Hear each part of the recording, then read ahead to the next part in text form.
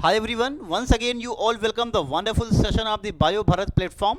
Bio Bharat के इस YouTube channel पे मैं अजहर सर आप सभी लोगों का बहुत स्वागत करता हूं और उम्मीद करता हूं कि आप अच्छे होंगे, हेल्दी भी होंगे और बहुत बेहतरीन डायरेक्शन में अपनी एजुकेशन को आगे बढ़ा रहे होंगे। और फ्रेंड्स, इस प्लेटफॉर्म पर मैंने क्लास 10th के लिए जो चैप्टर स्टार्ट किया है उसका नाम है लाइफ प्रोसेसेस। बायोलॉजी का पहला चैप्टर है क्लास 10th का, और एक्चुअल में अभी केवल एक टॉपिक मैंने आपको पढ़ाया है, नाम है life processes. What are the life processes? तो आपने देखा कि लाइफ प्रोसेसेस एक्चुअल में होता क्या है कि जो लिविंग ऑर्गेनिज्म होते हैं अपनी लाइफ को मेंटेन करने के लिए जो नॉर्मल फंक्शन परफॉर्म करते हैं उसी को लाइफ प्रोसेसेस कहते हैं। For an example, we are the human being, we are the living organism, definitely we are perform some basic function. Which kind of a function is performed by the living organism, such as nutrition, excretion, respiration, digestion, है ना, etc. These are the normal and basic function. और ये सारे के सारे living organism perform करते हैं, इसी को कहते हैं बेटा लाइफ प्रोसेसेस। ठीक, अब अगला टॉपिक जो हमारा आज का लेक्चर नंबर 2 है स्टूडेंट, लेक्चर नंबर 2 में हम स्टडी करेंगे एक्चुअल में न्यूट्रिशन क्या होता है। एक्चुअल में न्यूट्रिशन क्या होता है, तो लेक्चर नंबर 2 के लिए आप सभी लोग तैयार। लेक्चर स्टार्ट करने से पहले एक चीज़ याद रखेंगे बेटा, अच्छे नोट्स के लिए आपके हाथ में पेन और कॉपी का होना बहुत ज़रूरी है।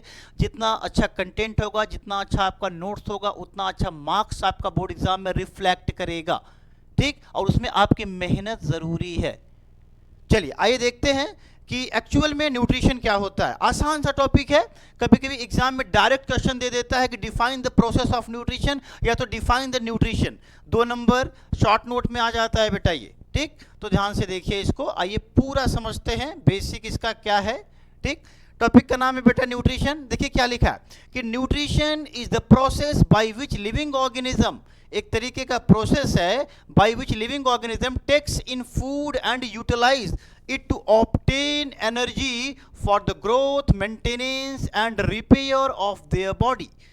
स्टूडेंट, ये तो बड़ी सिंपल सी बात है भाई। आप फूड क्यों खाते हो? आप फूड इसलिए खाते हो कि फूड से हमें एनर्जी मिलेगी, हमारी बॉडी का ग्रोथ एंड डेवलपमेंट होगा, ग्रोथ एंड डेवलपमेंट होगा, और हमारे जो बॉडी के सेल्स एंड टिश्यूज हैं वो डैमेज अगर में है तो वो रिपेयर होंगे, वो क्या होंगे, मेंटेन होंगे, रिपेयर होंगे।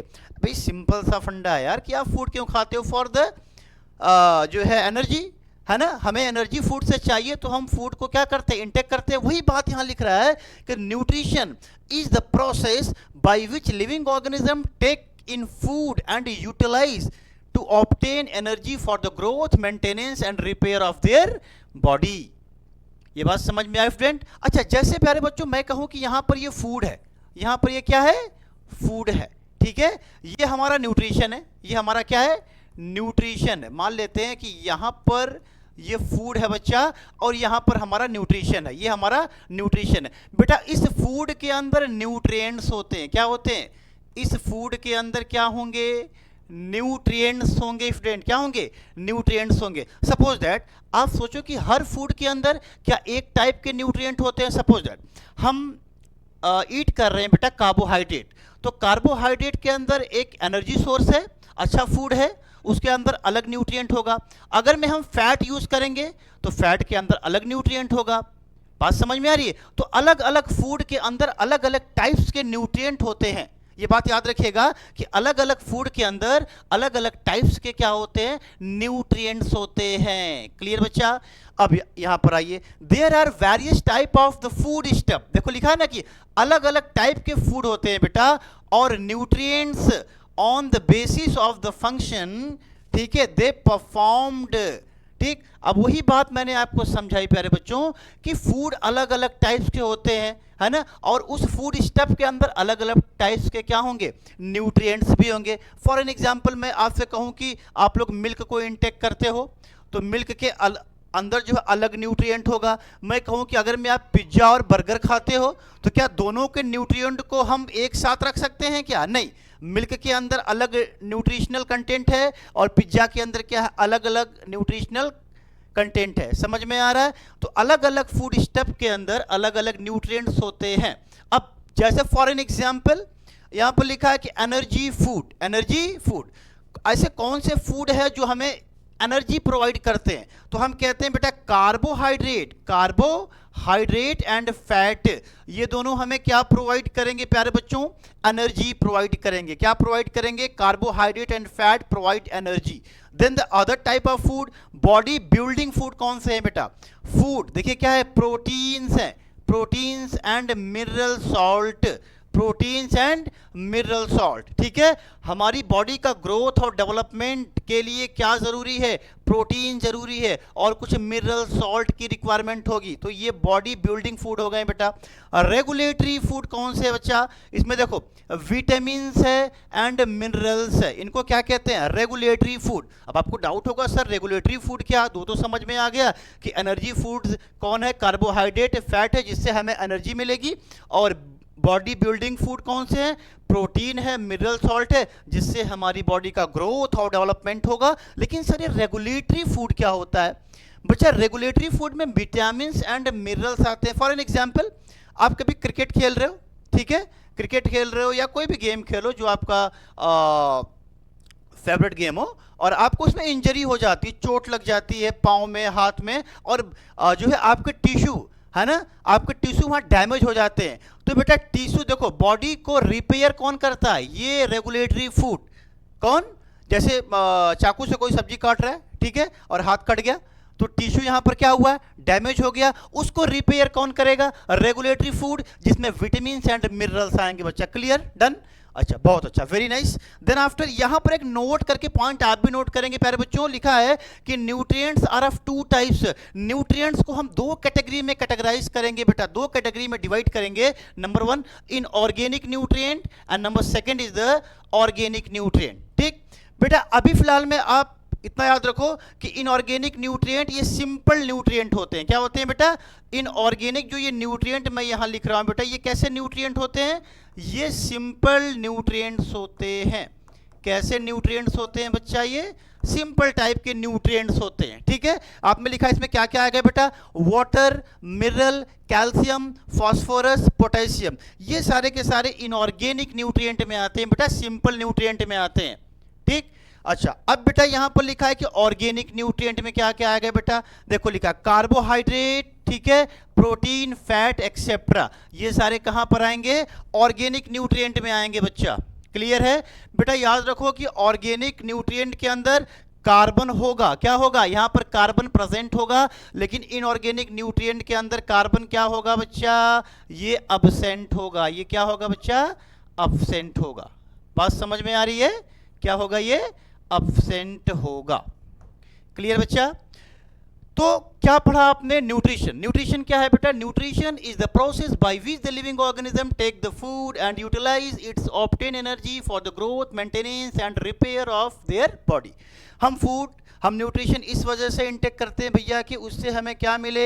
एनर्जी मिले, बॉडी का ग्रोथ हो, हमारी मेंटेनेंस हो बॉडी की, और हमारे जो टिश्यूज़ हैं बॉडी के वो रिपेयर हो। न्यूट्रिशन आपने यहाँ देखा कि अलग अलग टाइप्स के फूड है बेटा, एनर्जी फूड है, बॉडी बिल्डिंग फूड है एंड रेगुलेटरी फूड है। और न्यूट्रिएंट को हमने दो फॉर्म में डिवाइड किया है, inorganic nutrient and organic nutrient. आसान सा टॉपिक है बेटा।